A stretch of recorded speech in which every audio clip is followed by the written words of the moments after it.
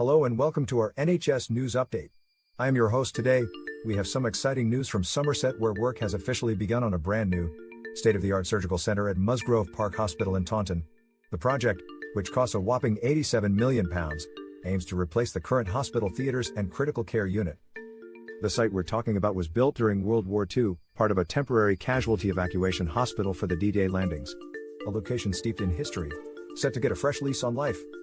Chairman of Somerset NHS Foundation Trust, Colin Drummond, had this to say: "It will make a huge difference to the service we can offer and the experience of our patients." The new surgical center, due to open in the early summer of 2025, will offer top-tier facilities for its patients and a better working environment for the NHS staff. The plans reveal that the center will house 6 endoscopy rooms, 8 operating theaters, 22 critical care beds and dedicated patient recovery and clinical support areas. All facilities are designed for level 2 and 3 critical care patients.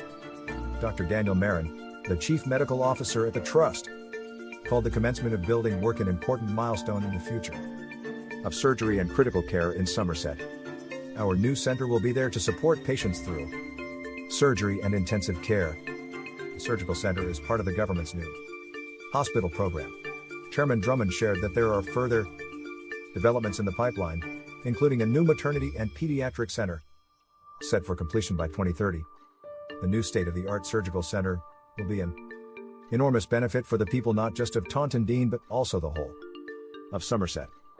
And there you have it, folks. Somerset's healthcare landscape is set for a major boost with this new surgical center. Stay tuned for further updates on the project as construction progresses. Until next time.